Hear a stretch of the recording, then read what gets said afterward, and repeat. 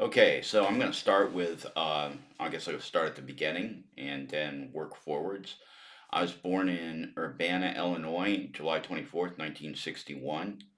My parents were at the University of Illinois. My father was studying for a doctorate in mathematics, and my mother was studying for a doctorate in English.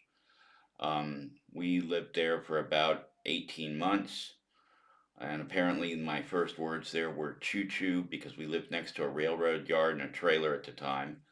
Once my father got his doctorate, we moved to Los Angeles, California, and we lived in one of the suburbs there. I can't remember the name exactly which one. I suppose I could poke around on a map and maybe find it or something, but I'm not sure. Anyway, so we moved out there and we lived in a house that we rented. My father worked for NASA on the Saturn V rocket project, and we stayed there in California till I was about 3.5 years old. I do have some very vague memories of that place, not really anything spectacular or anything, but I do have some vague memories of being there. We lived next to a woman who had a bunch of chimpanzees in a cage out back, which my mother absolutely hated. Um, my father ended up leaving working for NASA because it was clear that with the end of the Saturn V rocket program, there wasn't going to be many jobs for rocket scientists and rocket engineers. And so, rather than waiting tables for a living, which is what a lot of them did, he decided to take a teaching position. And we moved from there to upstate New York, Potsdam, New York. And at the time, it was Clarkson College. Today, it's Clarkson University. And he taught in the math department there. And we stayed there until I was about 6 years old. My brother was born there. I have one brother named Brendan. Probably come back into the story later. And so I remember that pretty well. We lived in a very small apartment there in basically what was sort of like a townhouse kind of arrangement. The apartments were for young professors at the university. It probably wasn't as nice as the house in California, but at 4 or 5 years old, I thought it was just fine. It was mostly the things that I remember there. It was really cold a lot of the year because of winter. And I went to a French speaking kindergarten where I first started learning French. My mother once told me that my French at 6 years old was basically perfect and my English was absolutely terrible. So that's like my memories of that place. I do remember there was a little girl who helped me learn how to speak French in the kindergarten there. I went to my first dance there, and Johnny Holiday was the guy who was doing all the music or playing. It was one of the rock stars that I remember was there at that little dance party. And out behind my house, there was, or my apartment, or whatever the hell it was, there was a long time ago, there had been a small railroad yard there, and you could still see the rotting timbers for a bridge that went across the lake. I've actually found it on, what is that? Google Pics or Google Maps. So it's still there. It's pretty easy to identify. We stayed there and then we left when I was about 6. My dad got a job working at a place called Center for Naval Analysis in Washington, D.C. We moved to Washington. We spent probably the first 6 to 8 months living in an apartment in Alexandria. That was not that great, but it was all right. And then we moved into a Levittown house in Chantilly, Virginia, and it was at Memory Lane. Haha, very funny. So we lived on Memory Lane there, and I lived there on and off from the time I was 6 until I was 18. Um, there were a lot of interesting things that happened there, and I'm going to talk about those in the next videos. We got there, we spent a year there, and then after a year, my father got an assignment in Key West, Florida. One of the things that the Center for Naval Analysis did, it sent analysts out to different parts of the United States, and they worked there for a year with the Navy and did analysis of military exercises and basically who was doing good, who was doing bad, and how we could improve our tactics and operational strategy and stuff like that. So we spent a year from my second grade year. So at the time I was 7, we lived in Key West, Florida, and basically it was sucked. Um, we weren't military, so I didn't really fit in with military kids, and we weren't what were called conks, which were the locals, so I didn't fit in with them. So school was a real pain in the ass. I had the worst teacher ever there. Absolutely the worst teacher ever. She was just horrible. I have no idea why she was still teaching. She should have been fired. But hey, it was 1968. What do you expect?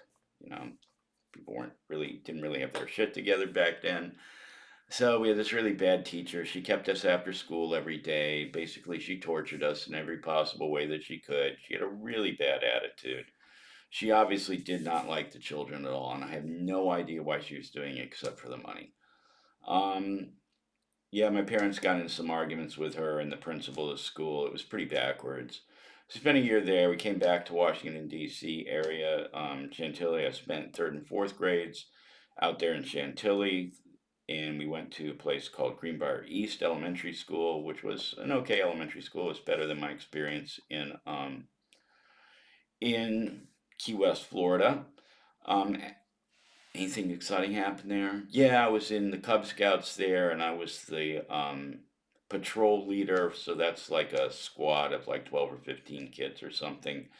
And that was a good experience. I liked it. It was pretty good. And then after that, we went to Virginia Beach for a year. And in Virginia Beach, we were there for a year. We lived on Ewell Road. Went to a school there that once again wasn't that great. The kids were kind of awful, but again, it was basically sort of military family life, and the local kids hated the military people. And the teacher was okay, Mrs. Duckworth. I remember her name. She was pretty good. I liked her. She was a good teacher. And so we went there. What did we do? What interesting memories do I have of that place? We went to a church there. I think it was called St. Andrew's. That was a really old church. It was about 250 years old. We're Episcopalian, so it's Episcopalian church.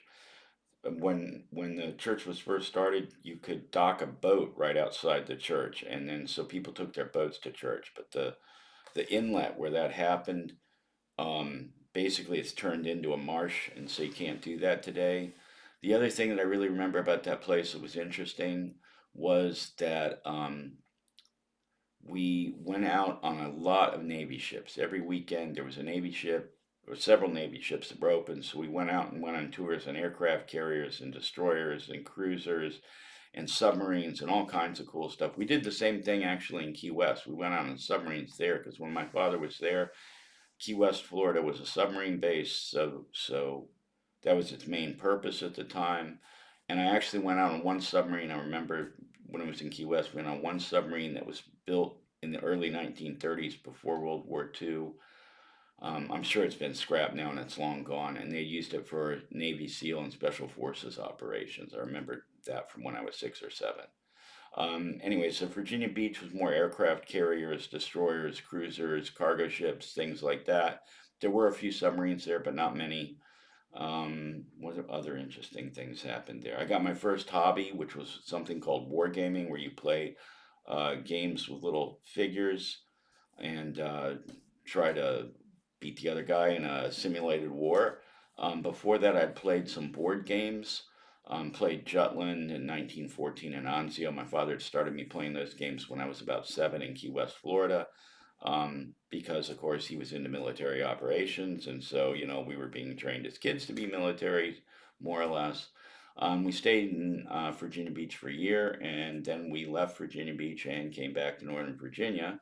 I went to a brand new school called Greenbrier West, which had these weird open classrooms, and it was loud as you can possibly imagine. There were no real classrooms. It was just like a big, huge hall. And then there was dividers that were about a meter high, and then there was like a class here, a class next to it, a class next to it, and everything was loud, hard to learn anything. I went there for about 6 months. My parents weren't happy with it. I was fine with it, but my parents were very unhappy with it. And then from there, we dropped out and we went to, or I didn't drop out, I went to a private school called Flint Hill Preparatory School.